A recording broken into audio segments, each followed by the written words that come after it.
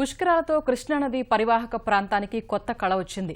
వేడుక ప్రారంభం కాకముందే పండుగ వాతావరణం కనిపిస్తోంది. సాయంత్రం అయితే చాలా నగరమంతా కాంతిపుంజాలు, విద్యుత్ వెలుగుల మధ్య కృష్ణమ్మ అందాలు అలరిస్తున్నాయి.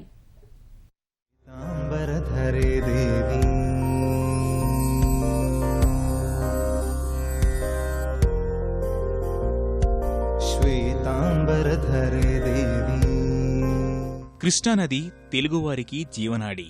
పుణ్యనదిగా, సిరులు పండించే అన్నపూర్ణగా ప్రజా జీవితాలతో అనుబంధాన్ని పెనవేసుకున్న కృష్ణవేణి పుష్కరాలకు సిద్ధమైంది.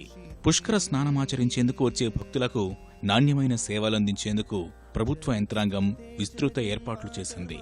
పుష్కరాలు ఓ మధురానుభూతిలా గుర్తుండిపోయేలా సదుపాయాలు కల్పిస్తున్నారు. శ్వేతాంబరధరే దేవి నానాలంకారభూషితే. ప్రకాశం బ్యారేజ్ చుట్టూ విద్యుత్ దీపాలు అమర్చారు. స్నానఘట్టాల వద్ద అతిపెద్ద దీపాలు ఏర్పాటు చేశారు. విద్యుత్ వెలుగుల మధ్య సుందర నదీ దృశ్యాలు చూసేందుకు ఇప్పుడే జనం ఎగబడుతున్నారు. మరి వాళ్ళకి భోజనం టైంలో భోజనం, మజ్జిగ కావాలంటే మజ్జిగ, మంచినీళ్ళు కావాలంటే మంచినీళ్ళు అన్ని ఏర్పాట్లు చేసి ఇక్కడికి వచ్చిన ప్రతి యాత్రికుడు కూడా ఆనందంగా వెళ్ళేటట్టు, ఆనందంగా ఇక్కడ స్నానాలు చేసేటట్టు ఏర్పాటు చేయడం జరిగింది.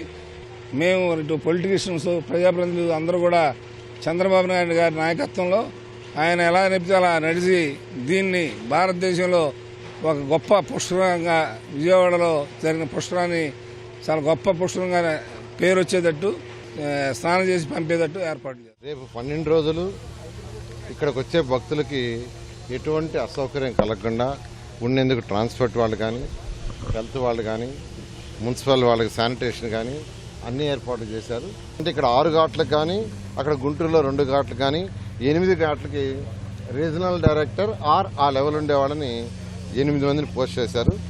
తర్వాత ప్రతి సబ్ ఘాట్కి కూడా ఒక్కొక్కరిని పోస్ట్ చేశారు.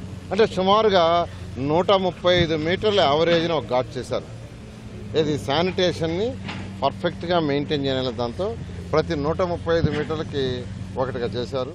పులిచింతల నుంచి 10,000 క్యూసెక్కుల పైగా నీరు విడుదల చేయడం జరిగింది. ఇవాళ సుమారు దగ్గర 2 పాయింట్స్ నీళ్లు కూడా పెరిగాయి. రాబోయే 2 రోజుల్లో వాటర్ లెవెల్స్ కూడా జలవనరుల శాఖ అధికారులు నీటి మట్టాలు మెయింటైన్ చేస్తారు. 11వ తారీఖు కల్లా గోదావరి జలాలు కూడా పోలవరం రైట్ కెనాల్ ద్వారా పవిత్ర సంగమం ఇబ్రహీంపట్నం ఫెరీకి వస్తాయి. కృష్ణా ఆరతి పనులు కూడా వేగవంతంగా జరుగుతున్నాయి. ఇబ్రహీంపట్నం ఫెరీలో పుష్కర్ నగర్లో ఎక్కడికక్కడ ఏర్పాటు చేసే కార్యక్రమాలు జరుగుతున్నాయి. R&B, PR, మున్సిపల్ అడ్మినిస్ట్రేషన్ 20,000 మంది శానిటరీ సిబ్బందిని కూడా అందుబాటులో తీసుకురాబోయారు. ముఖ్యమంత్రి ఆదేశాల మేరకు దాదాపు 1,300 కోట్లతో అత్యాధునిక వసతులు కల్పించారు. ముఖ్యమంత్రి సహా ప్రజాప్రతినిధుల నిత్య పర్యవేక్షణలో 2 నెలల వ్యవధిలో సాంకేతిక పరిజ్ఞానంతో ఘాటు నిర్మించారు. పెద్ద ఎత్తున ఆధ్యాత్మిక, సాంస్కృతిక కార్యక్రమాలు ఏర్పాటు చేశారు. కృష్ణా పుష్కరాలు మంచి అనుభూతిని కలిగిస్తున్నాయని విజయవాడ వాసులు ఆనందిస్తున్నారు.